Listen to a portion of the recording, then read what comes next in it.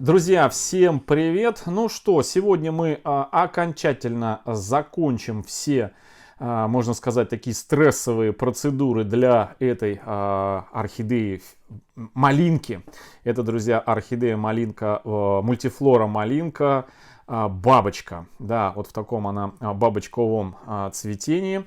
Значит, напомню, те, кто только подписался и не знает, о чем речь. Буквально 3 месяца назад эта орхидея в закрытой системе начала катастрофически быстро желтить нижние листья. Верхние листья стали покрываться, ну как желтить, сперва листья начали покрываться кругами желтыми, эти круги стали расплываться на нижних листьях, нижние листья опадать, верхние листья тоже стали покрываться кругами, желтизна стала расползаться, и мы уже подключились к этому, к лечению этой орхидеи, обработали ее привикуром. На самое первое видео я оставлю ссылку в верхнем правом углу, оно важно, потому что я там объясняю, что не все желтые круги являются следствием наличия вируса. А в большинстве своем это жизнеdeятельность грибков. А привикур очень хорошо подавляет большую часть нехороших грибков, которые именно проникают в само растение, в саму орхидею. И мы обработали эту орхидею привикуром, остановили рост этого грибка. Он остановился и уже умирая, на тех желтых пятнах образовал, естественно, когда он уничтожил живую ткань на орхидее, видите, меня спросили, что это у тебя за коричневые пятна, значит, там еще что-то нет. Нет, это омертвевшая уже ткань, усохшие живые ткани, там, где был этот грибок, мы его привикуром убили, он умер, естественно, стал усыхать, и эти ткани стали скукожопливаться, и, соответственно, вот оставили такие вот следы внутри, на просвет видно прям внутри там в тканях, я не знаю, как вам показать, но я уверен, что видно вот, помимо того, что вот такие немножко вдавленные пятна, а внутри, вот я с обратной стороны на просвет вижу, внутри коричневые такие вот, как бы, знаете, мицелий, грибницы, вот этой вот. И в прошлом видео пару дней назад мы с вами распотрошили эту орхидею, достали. Действительно, проблема пошла от корней. Что-то не понравилось этой орхидее, либо кто-то не понравился, так бывает. Орхидеи стали гнить, и как следствие подсадился там грибок, может быть, вследствие каких-то пришедших внезапно насекомых, вредителей, либо еще чего-то такое, либо в процессе гниения корней. Тут уже как бы неизвестно, но создались определенные условия, при которых корни стали гнить и занесли внутрь заразу, внутрь орхидеи, и, естественно, этот грибок стал распространяться, и мы его остановили привикуром. Значит, при потрошении, ой, как она тверденькая такая, вот, стала. При потрошении мы удалили все практически, ну да, тут у нас остался вот еще сухой корень, не заметил его. Все гнилые корни мы удалили, все погибшие корни тоже зачистили. Обработали в прошлом видео, в последнем, эту орхидею топазом, тоже прекрасный системный фунгицид. Так, знаете, это сделали для успокоения души. И вот сегодня эту орхидеечку я предлагаю пересадить. Сажать ее буду в компоненты, в двухкомпонентный грунт. В эти компоненты мы уже сажали орхидеи, но никогда на нашем канале мы эти компоненты еще не смешивали. То есть это такая будет у нас своеобразная новая посадочка. И уже как себя будет чувствовать орхидея в этой новой посадочке, это мы уже с вами узнаем через какое-то время. А сейчас я камеру переключаю на свои глаза, и вы моими глазами будете управлять моими руками. Видео в хорошем качестве, поэтому если у кого-то есть телевизоры, можете переключаться. В 4К будет видно очень-очень все хорошо. Ну что, поехали. Так, ну, друзья, вот наша красотка. Поближе вам ее покажу. Посмотрите, какая прелесть. Где-то я уже в одном комментарии написал, что готов эту орхидею, как только мы ее с вами выходим, как только она почувствует себя лучше, начнет расти, наращивать корешки, освоится, адаптируется в новой посадке, и я готов ее разыграть. Да, друзья, в одном из следующих видео, я думаю, уверен, что в этом году я эту орхидею разыграю. Она ароматная, обладает таким, знаете, ну не хотел бы говорить, что прям специфическим ароматом. Она пахнет как орхидея мини, рыжая такая, венозная, Согу Вейкер. Я уже как-то рассказывал в этом на канале не один раз. Мини Согу Вейкер. Оранж, вот так называется орхидея. Она у меня есть. Я сейчас ее даже покажу вам ее, чтобы вы понимали. Она раньше встречалась в продажах очень и очень часто. Сейчас, к сожалению, я такую орхидею не вижу в продажах. Вот она, Согу Вейкер. Вот такая вот. Ароматная. Вот у них, друзья, у этих двух орхидей вот абсолютно одинаковый аромат. Они просто обалденные. Ну, этот аромат, я подчеркиваю, значит, такой, знаете, мужской. Он мужской деловой такой аромат. Как такой строго деловой. Вот так вот. Сладко, строго деловой. Вот так я его характеризую. Вот. Поэтому Согу Вейкер у меня, видите, есть. Вот такая вот красотка. Кстати, они, посмотрите, друг другу очень-очень прям подходят друг к другу. Смотрите, какая прелесть. Они прям пара.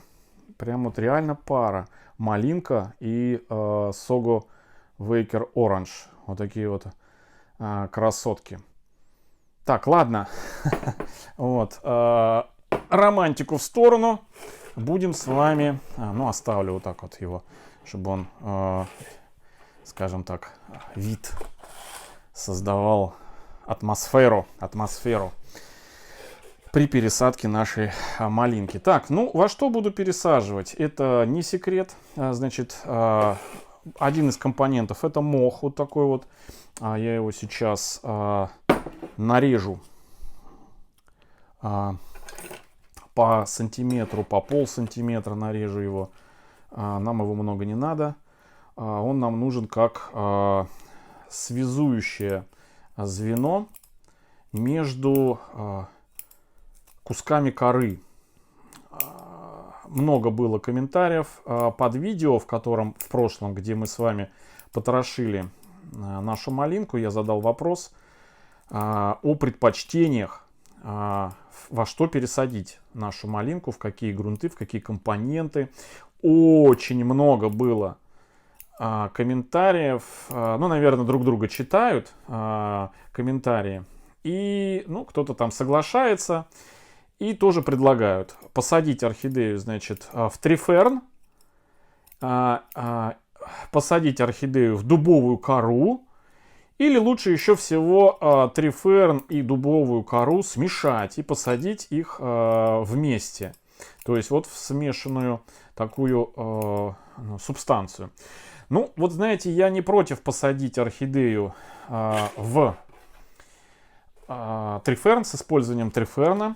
Но триферн, друзья, он на сегодняшний день стоит как крыло Боинга, раз. Вот, и его днем с огнем не сыщешь. И плюс тот триферн, который сейчас продается, что-то, знаете, я на него смотрел, а он далеко не тот, что я использовал. Поэтому, значит, я хочу посадить орхидею с использованием мха. Ввиду того, что я не буду в этой посадке применять маховой фитиль. Почему? Потому что раз уж я решил орхидею разыграть, ну, наверное, не все готовы, там, допустим, радоваться тому, что у орхидеи будет присутствовать маховой фитиль, потому что многие еще не дружат с этой нашей придумкой маховым фитилем. Вот. Поэтому более такой классический вариант это без фитиля.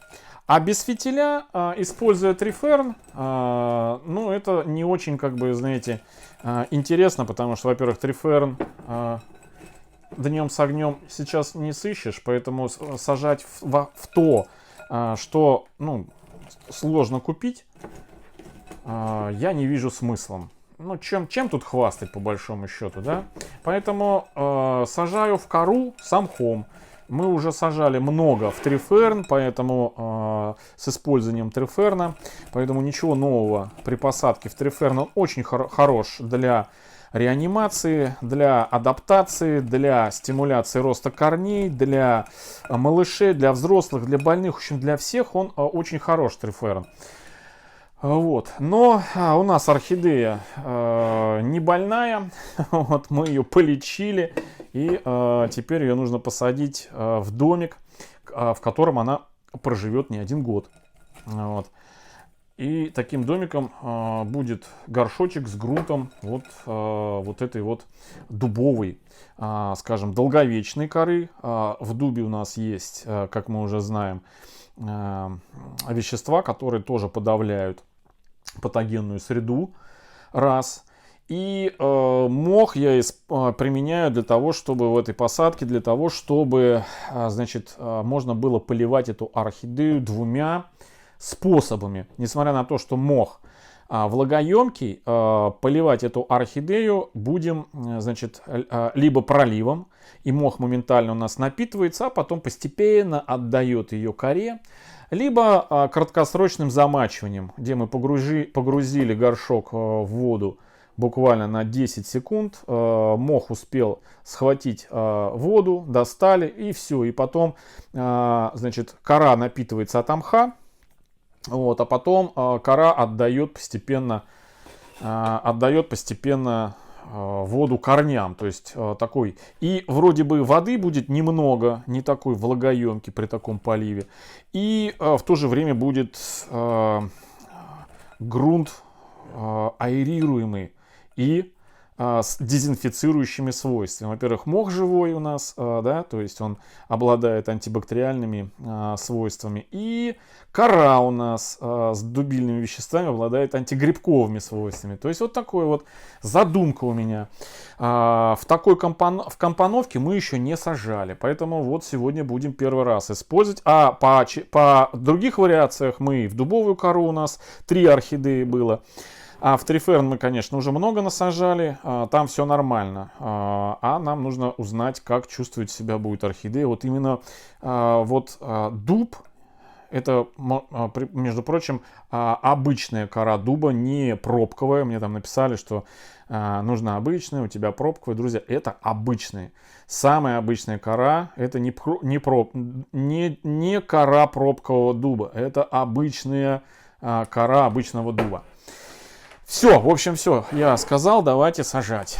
Сажать, как вы уже поняли, буду вот в такой вот горшок. Стандартный, самый оптимальный, самый доступный и специально разработанный для орхидей. То есть и под него вот такой вот темненькое блюдечко, потому что сливающаяся вода с дуба, она будет иметь чайный цвет первое время и оставлять следы в блюдечке. Поэтому, чтобы на светлой, на прозрачной не было никаких таких, знаете, следов особых, я решил вот темное блюдечко. Вот, и вот, в общем, все по фэншую, как вы любите. Так, крупные куски кладу на дно сюда дуба, крупные куски. Вот такие вот. Чтобы у нас там внизу все дышало, чтобы воздух гонял и вода, стекающая с блюдечка, соприкасалась с чистой дубовой корой. Как уже сказали, что дуб с годами приобретает крепкость в воде, но у нас не дуб, у нас кора дуба, а это немножко разные вещи. Хотя толика правды в этом есть. Так, примеряем нашу детку. Ой, детку. Ну да, можно сказать, что она детка. Вот, маленькая. Вот такая вот. Так, ну вот. На такую глубину будет самое то. Ну что, теперь самое интересное. Это тетрис. Грунтовый тетрис. Потихонечку начинаем заполнять пространство нашего горшка. Вот. И расправлять под основанием. Так. С одной стороны. А вот так вот сейчас возьму. Уши. Уши стали твердые, друзья. Так. Вот так.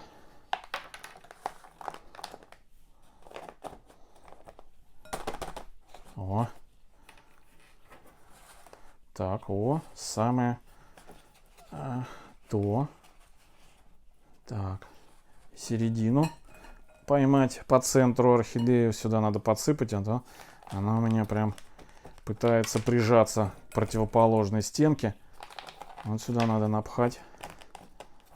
Вот так. Так. И при этом аккуратненько, чтобы корни нам не повредить. Так, ну вот, все, она уперлась. Очень хорошо садится, прям устойчиво садится. Так, теперь надо с другой стороны нам вот с этой вот подсыпать. Вот так ее отогнуть. И сюда подсыпать.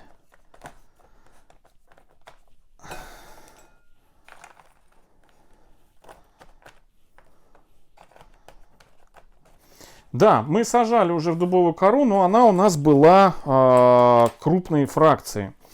Такая прям слишком-слишком аэрируемая, воздушная. Здесь у нас, здесь у нас кусок коры, да, темный, к которому она прилипла. Оставляем вот так. Это у нас будет своеобразный ревизионный лючок. Здесь не пустота, если просто не отражает матовая темная. Здесь, видите, кусочек коры, который был прилипший к корню, поэтому создается впечатление, что здесь пустота. Здесь нет пустоты, здесь вот он этот кусочек корней. Вот он, корня этого из горшка у нее мы достали кусочек коры, и вот здесь кусочек коры. Вот. Небольшая пустота у нас, вот только вот этот кармашек пустой небольшой, но он у нас будет в качестве ревизионного лючка, по которому мы будем наблюдать состояние корней орхидеи, следить за тем, что с ней происходит внутри в горшке. Так. Так. Ага, и вот с этой стороны тоже у нас сейчас подправим.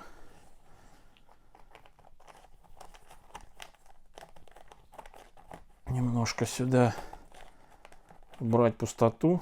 Так, тупым концом. А то острый пролазит. Ага, вот.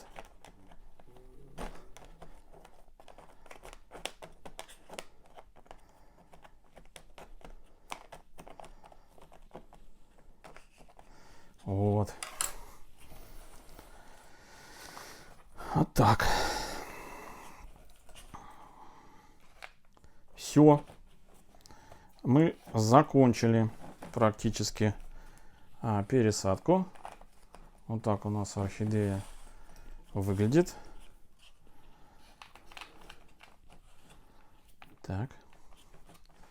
Основание немножко прикрываем ей корой с мхом, чтобы у нас основание было прикрытое грунтом, и тем самым появляющиеся корни новенькие сразу бы лезли у нас внутрь, то есть не выходили наружу, а сразу шли бы внутрь.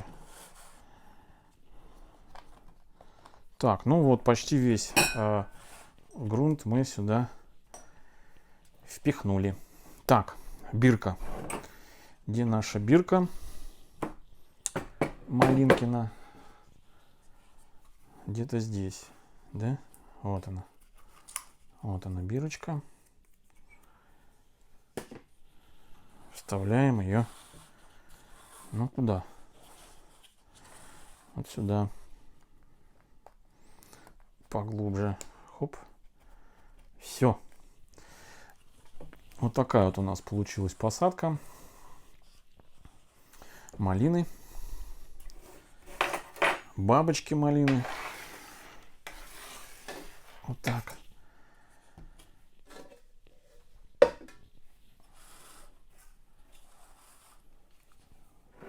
И вот такой вот у нас Sogou Waker.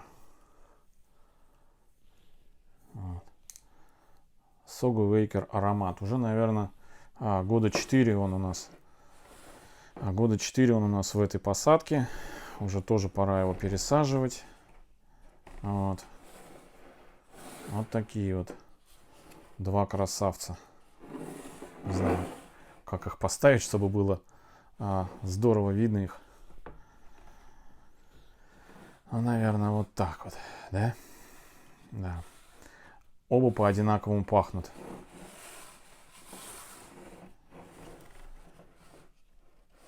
Все, друзья. Поливать буду я, как уже сказал, либо проливом поверх горшка, и мох смочился, и все у орхидеи будет хорошо. И либо краткосрочное замачивание, погружением в воду вот до сюда, подержали буквально, ну, может быть, вот до сюда, до основания.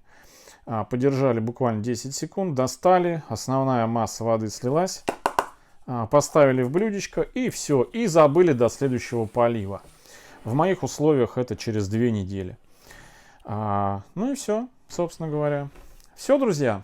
Всем хорошего настроения, всем добра, здоровья и до встречи в следующем видео. Всем пока.